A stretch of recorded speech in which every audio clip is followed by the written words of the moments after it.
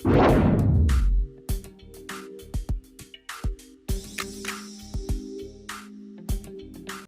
कांता, आज फिर लेट। इतनी देर क्यों हुई तुझे आने में?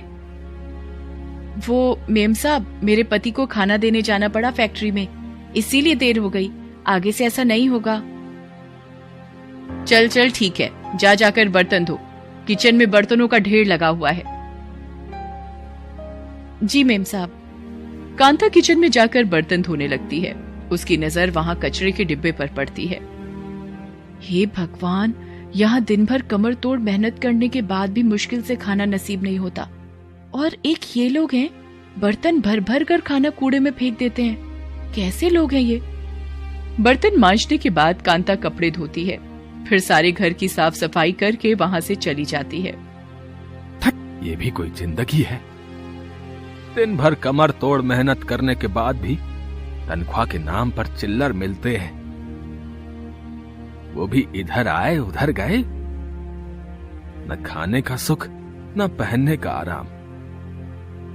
आज मालिक को तनख्वाह बढ़ाने को कहा तो उसने कहा कि काम मिल रहा है, वही बहुत है। मेरी तो हिम्मत ही नहीं होती साहब या मेम साहब को तनख्वाह बढ़ाने के लिए कहने की। एक तो रोज मुझे देर हो जाती है, ऊपर से तनख्वाह के लिए कहूंगी तो कहीं मुझे काम से ही ना निकाल दें। आज किट्टू बड़ी जल्दी सो गई। शाम से ही दूध की रट लगाए हुए थी। अब इस महंगाई में इसके लिए दूध कहां से लाऊं? जब नहीं मानी तो मैंने पानी में चावल का आटा मिलाकर दे दिया। इसने पीते ही उगल दिया। गुस्से में मेरा हाथ उठ गया, फिर ये रोते रोते सो गई। ये बात सुनकर शंकर की आंखें नम हो जाती हैं। सोई हुई किट्टू के सिर पर हाथ फेरते हुए वो सोचता है, ये भी क्या जिंदगी जिसमें मेरे जीते जी मेरी बच्ची को दूध के लिए तरसना पड़े। कुछ दिनों बाद उसी फ्लैट में, देख कांता, ये तेरा रोज रोज का ड्रामा नहीं चलेगा। कभी तुझे पति को खाना देना होता है तो कभी तेरी बेटी बीमार रहती है, और आज तू कह रही है कि तेरे पति को फैक्ट्री में चोट लग गई, इसलिए तुझे आने में देर हुई है। अब जा, मेरा मुंह मत देख, जा जाकर काम कर, और आइंदा लेट हुई तो समझ जाना तुझे काम से निकाल दूंगी। यहाँ कमी नहीं है तेरी जैसी नौकरानियों की। कांता चुपचाप अपने काम में लग जाती है। उस दिन सारा काम खत्म करने के बाद वो मेम साहब के पास आती है। मेम साहब, आपसे एक बात कहनी थी। कहो, क्या बात है? मेम साहब, आप जो ये खाना कचरे में फेंक देते हो, ये मत करो। ये खाना मैं ले जाया करूंगी। इससे खाना बर्बाद भी नहीं होगा और मेरा काम भी चल जाएगा। ठीक है, कल से मैं खाना किचन के स्लैब पर ही रख दिया करूंगी, ले लेना। इसके बाद कांता रोज बचा हुआ खाना बांध कर ले जाती। एक दिन फ्लैट में पति पत्नी दोनों बैठे हुए थे। तभी कांता काम खत्म कर खाना बांध कर वहां से निकल जाती है। ये रोज रोज क्या लेकर जाती है? बचा हुआ खाना जो रोज कचरे में फेंका जाता था। इसने कहा कि खाना फेंकने की जगह मुझे दे दिया करना। मैंने कहा ठीक है, आप क्यों पूछ रहे हैं? मुझे तो कुछ और ही चक्कर लगता है। कहीं ये खाने की आड़ में घर का सामान चुरा कर तो नहीं ले जाती? नहीं जी, ये ऐसी नहीं है। और कुछ हो ना हो, ये है ईमानदार। अरे तुम्हें क्या पता, हो सकता है कि घर के छोटे छोटे कीमती सामान चुरा कर ले जाती हो, जिनका हमें पता नहीं चलता हो। आखिर हमारे घर में कितने छोटे छोटे कीमती सामान भी तो बहुत हैं। हाँ जी, ये तो मैंने सोचा ही नहीं। अब क्या किया जाए? अगले दिन सब काम हो गया। मेम साहब, मैं चलती हूँ। दोनों पति पत्नी वहां बैठे हुए थे। उन्होंने आंखों आंखों में इशारा किया और चुपचाप कांता के पीछे चल दिए। आ गई तुम, अब जल्दी से खाना खिला दो। सुबह से मैंने और किट्टू ने कुछ नहीं खाया है। कांता खाने की पोटली खोलती है और थाली में खाना निकालकर अपने हाथ से शंकर और किट्टू को खिलाने लगती है। शंकर के हाथ में पट्टी बंधी हुई थी। वो खुद से खाना भी नहीं खा सकता था। बाहर खड़े उसके साहब और मेम साहब जब ये दृश्य देखते हैं तो उनकी आंखें भर आती हैं। दोनों कांता के घर के अंदर आते हैं। अरे मेम साहब, आप और साहब भी हैं। क्या हुआ मेम साहब, आप लोग यहाँ पर? हमें माफ कर दो कांता, कुछ गलतफहमी के कारण हमने तुम पर शक किया। लेकिन तुमने कभी बताया क्यों नहीं कि तुम्हारे घर की ये हालत है? आखिर ये सब कैसे हुआ? ये जिस फैक्ट्री में काम करते थे वहां इनके ऊपर कोई भारी मशीन गिर गई थी। फैक्ट्री के मालिक ने सारा इल्जाम इनके ऊपर ही डाल दिया है और कोई मुआवजा भी नहीं दिया। घर की हालत बद से बदतर होती चली गई। घर में पैसे मेरी तनख्वाह से ही आते हैं और वो भी इनकी दवाइयों में ही खत्म हो जाते हैं। खाने तक के पैसे नहीं बचते हैं, इसीलिए मैं आपके घर से बचा हुआ खाना लेकर आती हूँ। इसी खाने की वजह से मेरा घर चलता है।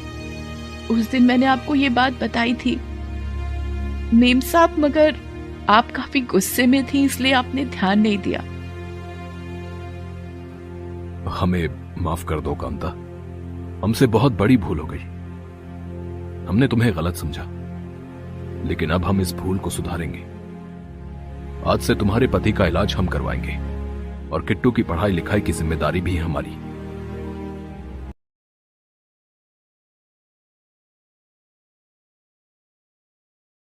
बार की बात है, दिल्ली के रेलवे स्टेशन के बाहर बहुत सारे भिखारी बैठा करते थे। उनमें से एक का नाम था सविता। सविता की एक बहन भी थी जिसका नाम रूपा था। रूपा 7वीं कक्षा में पढ़ती थी। सविता जब 15 साल की थी तभी उसके माता पिता का देहांत हो गया था, जिसकी वजह से सविता के नाजुक कंधों पर अपनी बहन रूपा और अपने घर की जिम्मेदारी उस पर आ जाती है। ऐसी हालत में गरीबी उसका पीछा छोड़ ही नहीं रही होती है। बहन की पढ़ाई और दोनों का पेट पालने के लिए सविता रेलवे स्टेशन पर भीख मांगा करती थी। साहब, भगवान के नाम पर दे दो, भगवान आपका भला करेगा साहब। कहाँ से आ जाते हैं, चल हट। ये कहकर वो आदमी वहाँ से चला जाता है और सविता फिर से भीख मांगने लगती है। भगवान के नाम पर दे दो बाबा, तुम्हारा भला होगा, भगवान तुम्हारी हर इच्छा पूरी करेगा। अरे बेटिया, भगवान ने तुम्हें 2 हाथ दिए हैं, वो भीख मांगने के लिए नहीं दिए हैं। बेहतर होगा कि तुम कुछ काम धंधा करो, चलो जाओ यहाँ से। ऐसा कहकर वो बूढ़ा आदमी वहाँ से चला जाता है। ये सब सुनकर सविता को बहुत बुरा लगता है। वो मन में ठान लेती है कि मैं अपनी पढ़ाई पूरी नहीं कर सकी, पर मैं अपनी बहन को बहुत पढ़ाऊंगी और उसे उसके पैरों पर खड़ा करूंगी। ये सोचकर वो फिर से भीख मांगना शुरू कर देती है। तभी उसकी नजर एक चाय वाले की दुकान पर जाती है। उसके यहाँ कई सारे लोग काम कर रहे थे। उसके मन में एक विचार आता है कि अगर मैं इस चाय की दुकान पर जाऊं और काम मांगू तो मुझे काम मिल सकता है। चलो कोशिश करके देखती हूँ। ऐसा कहकर सविता उस चाय वाले की दुकान पर चली जाती है और चाय वाले से, मालिक, क्या आपके यहाँ मुझे कोई नौकरी मिलेगी? तुम तो भिखारिन हो, फिर तुम्हें क्यों नौकरी चाहिए? मालिक, मुझे काम की बहुत जरूरत है। मैं भिखारिन का जीवन व्यतीत नहीं करना चाहती। मैं अपनी मेहनत से कुछ करना चाहती हूँ। मैं आपके यहाँ मन लगाकर काम करूंगी। आप मुझे एक मौका दे दो मालिक। ठीक है, कल से काम पर आ जाना, लेकिन जो काम मिले वो करना पड़ेगा, ठीक है? हाँ मालिक, आप जो काम बताओगे मैं सब करूंगी। ऐसा कहकर सविता खुशी खुशी अपने घर चली जाती है और अपनी बहन से कहती है, रूपा, आज मैं बहुत खुश हूँ। मुझे आज काम मिल गया है। अब से मुझे भीख नहीं मांगनी पड़ेगी। दीदी, ये तो सच में बहुत अच्छी खबर है। अब आपको भिखारिन बन के अपनी जिंदगी गुजारनी नहीं पड़ेगी। मैं बहुत खुश हूँ दीदी। अब मैं काम करके कमाऊंगी और तुम मन लगाकर पढ़ाई करना। अगले दिन सविता दुकान पर चली जाती है और वहाँ दिया हुआ काम अच्छी तरह से करती है।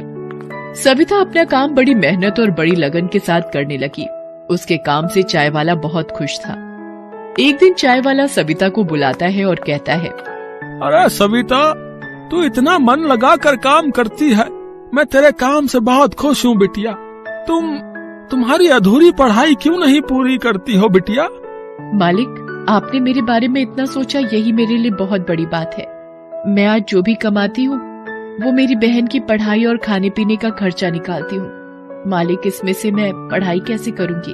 तुम पढ़ाई शुरू कर दो बिटिया, मैं तुम्हारी पढ़ाई का सारा खर्चा उठा लूंगा। और हाँ, फिर जब तुम्हारे पास पैसे आ जाएंगे तो तुम मुझे वापस कर देना, ठीक है? ये सब बात सुनकर सविता की आंखें भर आती हैं और सविता रोने लगती है। मालिक, हमारे माँ पिताजी के बाद सिर्फ आपने ही मेरा साथ दिया है। आपका ये एहसान मैं जिंदगी भर नहीं भूलूंगी। चलो अब काम करो, और हाँ, आज से रात के स्कूल के लिए एडमिशन करा लो, ठीक है? जी मालिक। ऐसा कहकर सविता काम करने चली जाती है और शाम के समय नाइट स्कूल में अपना एडमिशन करा लेती है। ये सब सविता के लिए एक सपना ही था और सविता सोचती है कि अगर मैं कुछ और काम करूं तो पैसे भी मिलेंगे और मालिक का थोड़ा कर्जा भी चुका दूंगी। अब यही बात सोचकर सविता सुबह उठकर सभी के घरों में न्यूज़पेपर डाला करती थी और चाय की दुकान पर आकर मन लगाकर काम किया करती थी, और उसे जो बचा हुआ समय मिलता था उसमें वो अपनी पढ़ाई पूरी करती थी। इधर रूपा बहुत होशियार बच्ची होने के कारण वो अपने स्कूल में प्रथम स्थान पर आया करती थी। और एक दिन रूपा अपनी दीदी से कहती है कि दीदी, मैं सोच रही हूँ कि चाय वाले चाचा के यहाँ अगर हम कुछ खाने की चीजें रखें और कुछ नाश्ता बनाएं तो उनकी दुकान बहुत अच्छा चलेगी और आमदनी भी अच्छी आएगी। तुम्हारी कल्पना बहुत अच्छी है रूपा, मैं मालिक से बात करके देखती हूँ। अगर उन्होंने हाँ कह दी तो हम उसमें बहुत मेहनत करेंगे। हाँ दीदी, मुझसे जो बन पड़ेगा वो मैं मदद करूंगी। हाँ रूपा, मगर तुम सिर्फ तुम्हारी पढ़ाई पर ध्यान दो, बाकी सब मैं देख लूंगी। हाँ दीदी। सविता चाय वाले की दुकान पर चली जाती है। अरे सविता बिटिया, आज कैसे देर हो गई तुम्हें? मालिक, आज थोड़ा काम था इसीलिए मुझे देर हो गई। मालिक, मैं सोच रही थी अगर हम चाय के साथ कुछ खाने की चीजें रखेंगे तो हमारा धंधा और अच्छा होगा। ग्राहकों को एक ही जगह खाने की बहुत सारी चीजें मिल जाएंगी और हमारा धंधा भी अच्छा चलेगा।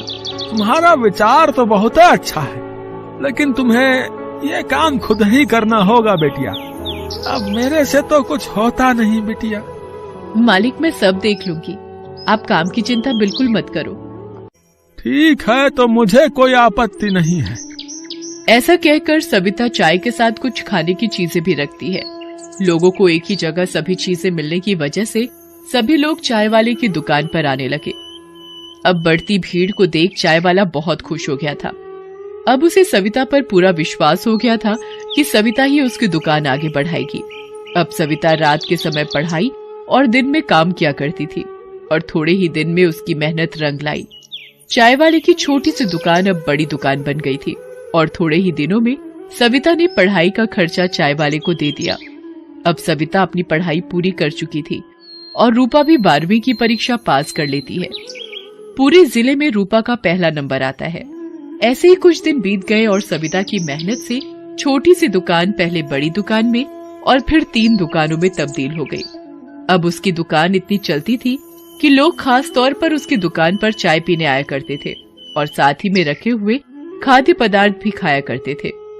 एक दिन चाय वाला सविता के पास आया और बोला, तुमने तुम्हारे बलबूते पर इस चाय की छोटी सी दुकान को एक होटल में तब्दील किया है बिटिया। ये सब तुम्हारी मेहनत का फल है बिटिया। मालिक, आपकी ही कृपा है।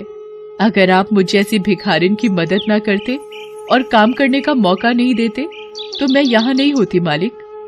चलो अब बहुत हो गई मेरी तारीफ सविता बिटिया।